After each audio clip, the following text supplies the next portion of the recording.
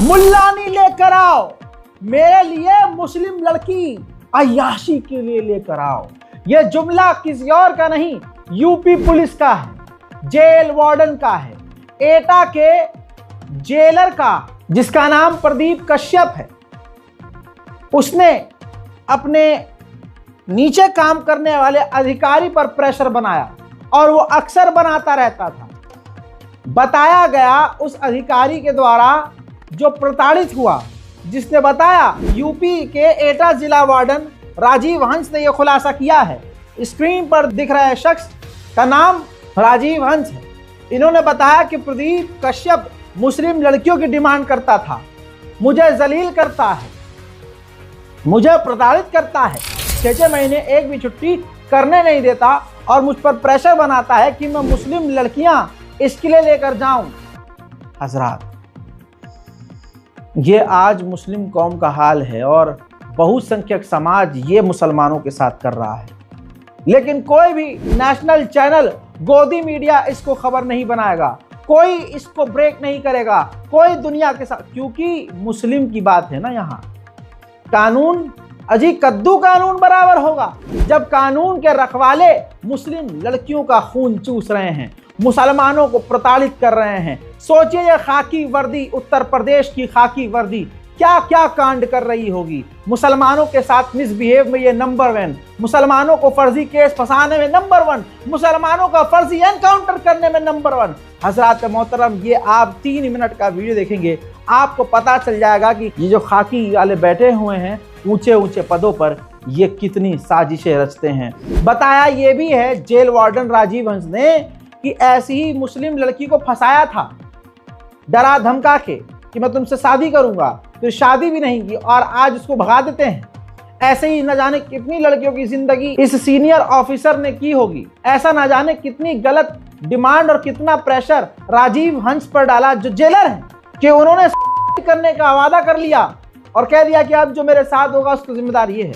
मैं आगे कहानी क्या बताऊंगा, आप बस ये दिमाग में रखिएगा कि ये मुसलमान लड़कियों के साथ शासन और प्रशासन भी कर रहा है। अभी तक न गिरफ्तारी हुई होगी, न उसका सस्पेंशन, बल्कि उसको और ऊंचा पद दे दिया जाएगा। और डिप्टी जनरल जहान सिंह है, वो उनको भड़काता रहता है, अरविंद भड़काता रहता है। अब बताइए सर, मैं आप लोगों को बता रहा हूँ, मैं कहाँ से मुल्लानी लेके आऊँ, मुल्ला मोमडन औरत कहाँ से लेके आऊँ, जैसा इन्होंने मुझे गुमराह कर रखा है। हाँ, मैं रहता था किराए पर, लेकिन वो पड़ोसी थे, इज्जतदार आदमी थे, लोगों ने वैसे गुमराह किया, अगर बोलचाल कर लिए तो इन लोगों ने मुझ पर इस तरह के इल्जाम लगा करके। आज दोस्तों, बस मैंने सोचा कि आज मैं लूंगा, बस दोस्तों मुझे क्षमा करना, मैं अपने चाहता हूँ और आगे कुछ नहीं है। अगर आपको ये लगे तो ये वीडियो वायरल करने के बाद करूंगा इस प्रदीप कश्यप की वजह से, और मुझे क्षमा कर देना दोस्तों, माफी। मेरा कुछ सुनने वाला नहीं है, अधीक्षक उनके कहने में आ जाता है। पहली नई पोस्टिंग है, जहां सिंह पीछे पड़ा हुआ है, मेरे क्या सभी सिपाहियों के साथ, और ये अय्यासी जेलर जो है वो अय्यासी करना चाहता है, चीफ उसको कराना चाहता है, इसलिए परमानेंट चीफ ही कर रहा है। उसको चीफ ही से हटा दिया गया, इसलिए कि वो लड़कियों को लेके नहीं आया, इसलिए उसको बीच में हटा दिया जाता है।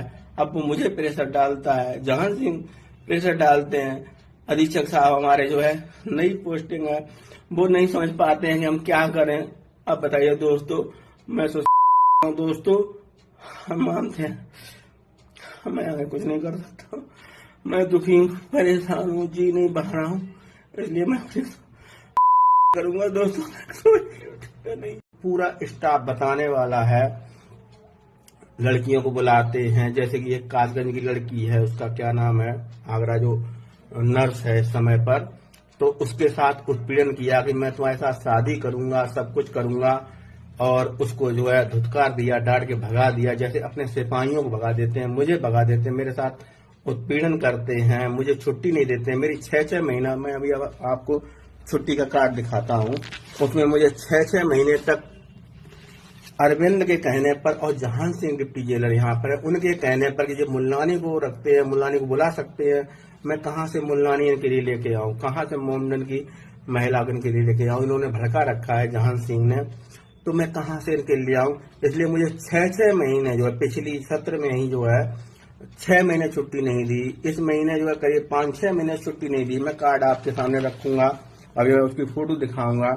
और वैसे भी उत्पीड़न, कहीं ड्यूटी पे सही होता हूँ। आज ही का वाकया है कि मैं छुट्टी अपने जो है ड्यूटी ऑफ करके आ रहा था, बगिया में गया, मुझे कुछ बात करनी थी बगिया वाले इंचार्ज से। तो वहाँ जो है दुनिया भर का बंदियों के सामने बेइज्जत करते हैं। एक बार भंडारे में जाकर के हमारी ड्यूटी थी, वहाँ गाली गलौज करके आए प्रदीप कश्यप जेलर। तो वो कहते हैं कि मुल्लानी को लेकर के आइए मेरे पास। अब बताइए मोमडन महिला में कहाँ से लेकर के आऊं? वो उनकी यही डिमांड है। और यहाँ पर उन्होंने कासगंज की एक महिला लड़की को गुमराह कर रखा है शादी के लिए। अब वो बार बार कहती कि भाई तुमने शादी का झांसा दिया कि मैंने शादी नहीं की है, अब तुम कह रहे हम नहीं रखेंगे। तो उसने गेट पर और गेट की दीवारों पर बहुत सारी चीजें लिखी जो लोग। हजरात, मुसलमानों को हिंदू समुदाय गरियाता है, लेकिन आप गंदगी देखेंगे तो वहां भी है। कहा जाता है कि मुसलमान अपनी बहन बेटियों को नहीं छोड़ते। तुम छोड़ते हो क्या? अपनी चाचा की बेटी यानी अपनी बहन के साथ लिव इन रिलेशनशिप में शिल्पा थी। जी हाँ, एनडीटीवी का सोर्स आपके सामने है, गूगल करेंगे तो 10 सोर्स आ जाएगा। शिल्पा अपने चचेरे भाई अमित तिवारी के साथ लिव इन रिलेशनशिप में थी। अपने भाई के साथ हिंदू लड़की, हिंदू लड़का और हिंदू भाई बहन रिलेशनशिप में थे। गाजीपुर में एक युवक ने अपनी चचेरी बहन की हत्या कर दी दोस्तों। इसके बाद उसकी बॉडी सूटकेस में रखकर जला दी। इस मर्डर मामले में अमित तिवारी और उसके दोस्त अनुज को गिरफ्तार कर लिया गया है। डीसीपी ने बताया कि मृतक लड़की 22 साल की है और वो लिव इन रिलेशनशिप में अपने चचा के बेटे के साथ यानी अपने भाई के साथ थी। अब लड़की ने जब कहा कि भैया मुझसे शादी कर लो, भैया मुझसे, तो फिर तिवारी ने, ऊंची जाति का जो तिवारी है, काट डाला अपनी बहन को, उर्फ माफ कीजिएगा अपनी जो क्या कहेंगे गर्लफ्रेंड कहें, बीवी, क्या बीवी तो थी नहीं वो, तो अपनी गर्लफ्रेंड उर्फ अपनी बहन का कत्ल कर दिया। और सुनिए, बॉडी को टुकड़े टुकड़े किया, सूटकेस में डाला और सूटकेस को आग लगा दी। हजरत मोहतरम, तमाम हिंदू संगठनों के तमाम छेद बंद हो चुके हैं। जो सोशल मीडिया पर लिखते हैं, मुसलमानों को गरियाते हैं क्या तुम तो अपनी बहनों को, अबे तुम नहीं छोड़ते अपनी बहनों को, बे तुम्हारी औकात है? अपना गरीबान कभी चीर कर देखो, गंद कूड़ा गुबार सब तुम्हारे अंदर मिलेगा। गोदी मीडिया में शांति है। एनडीटीवी के सोर्स पर कुछ न कुछ लिखा हुआ है, जिसका सोर्स मैंने आपको दिखाया है। आज तक पे भी कुछ न कुछ आ ही चुका है, लेकिन ग्राउंड पर नहीं आया है, इंटरनेशनल मीडिया में नहीं आया है। यानी ये जो गोदी मीडिया है इंटरनेशनल लेवल पर डिबेट नहीं करेगा, लेकिन अगर कोई मुसलमान होता तो ये देश की सबसे बड़ी खबर होती। दोस्तों, सबसे ज्यादा गंदगी जहां होती है, कहते हैं ना, जो नहाता नहीं है जिसके अंदर से बदबू आता है वो सबसे ज्यादा परफ्यूम मारता है ताकि दूसरों को बदबू ना जाए।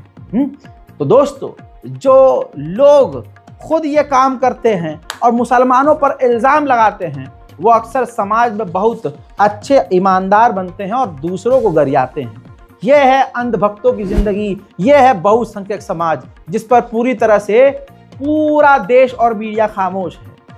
कोई उसको इंसाफ नहीं मिलेगा।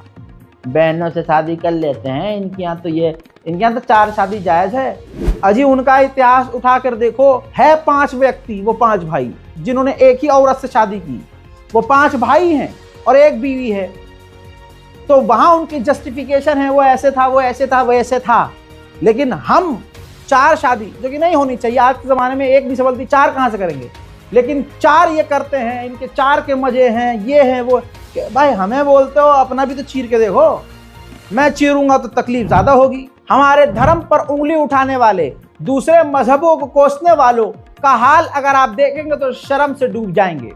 आपको खुद लग जाएगी, पूरी दुनिया में इनका बज रहा है, भौकाल नहीं बस बज रहा है।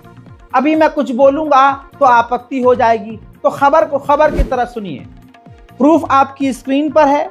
पंजाब केसरी से लेकर तमाम अखबारों में खबर छपी है। अधेड़ व्यक्ति ने अपना प्राइवेट पार्ट काट कर शिवलिंग पर चढ़ा दिया। लोग जपने लगे हर हर शंभू, मतलब अपनी शर्मगाह को, अपने पेनिस को, अपने डिक को काट कर अल्लाह तेरा लाख लाख शुक्र है कि तूने हमें मुसलमान पैदा किया। परवरदिगार तेरा करोड़ों शुक्र है कि हम मुसलमान हैं और हम इसी ईमान पर मरना चाहेंगे। तौबा तौबा। इस्लाम को गालियां दिन भर देने वाले इंशाअल्लाह जलील होते रहेंगे। इस्लाम को मिटाने वाले, इस्लाम पर गलत टिप्पणी करने वाले आज अभी नहीं आए हैं, तुम नए नहीं हो, बहुत पहले से हैं, लेकिन सब खत्म हो गए। इस्लाम आज भी दुनिया में सबसे तेज फैलने वाला मजहब है। तुम ऊपर से यहां तक का जोर लगा लो, कुछ नहीं होने वाला। सारा दिन आण भक्तों को सिर्फ भौंकना ही है। कोई इनके माइक मुंह में लगा पूछ ले कि अच्छा अखंड भारत चाहिए, अखंड भारत में कितने देश हैं, तो ये मुंह से हकना, ये हो तुम। एक दिन अखंड भारत बनेगा। अखंड भारत बनेगा एक दिन। अखंड भारत में कितने देश हैं? एक मिनट भाई साहब, अखंड भारत में कितने देश हैं? अखंड भारत में कितने देश हैं? कितने आप बताइए। हमको नहीं पता, आप बता रहे हो ना एक दिन अखंड भारत बनेगा। हाँ, अखंड भारत बनेगा। तो कितने देश मतलब मिलके बनेगा अखंड भारत? है अखंड भारत मतलब क्या है? विश्व में पंचम लड़ाएगा भारत का। अरे विश्व में डंका बज रहा है, अभी तो बज रहा है, लेकिन अखंड भारत मतलब क्या, हम समझ नहीं पा रहे हैं। अखंड भारत मतलब क्या? अखंड भारत, एक मिनट चाचा, एक मिनट भाई साहब, 146 देश। झूठ बोल रहा है। 146 देश। भाई साहब रुक जाओ, तुम ना बोलो। 146 देश, 146 राज्य में जनता माफ नहीं करेगी। अभी लहरा रहा है। ठीक, और क्या कहते हैं, कोमा मचल अरे रुक जाओ, बोलने दो भाई, बोलने दो। गौमूत्र और गोबर की दवा भेजा जाए। क्या सीन है। एक मिनट बोलने दो चाचा, एक मिनट बात बोल भाई, बोल अरे आप भाई। खत्म, bye bye, tata, goodbye, गया।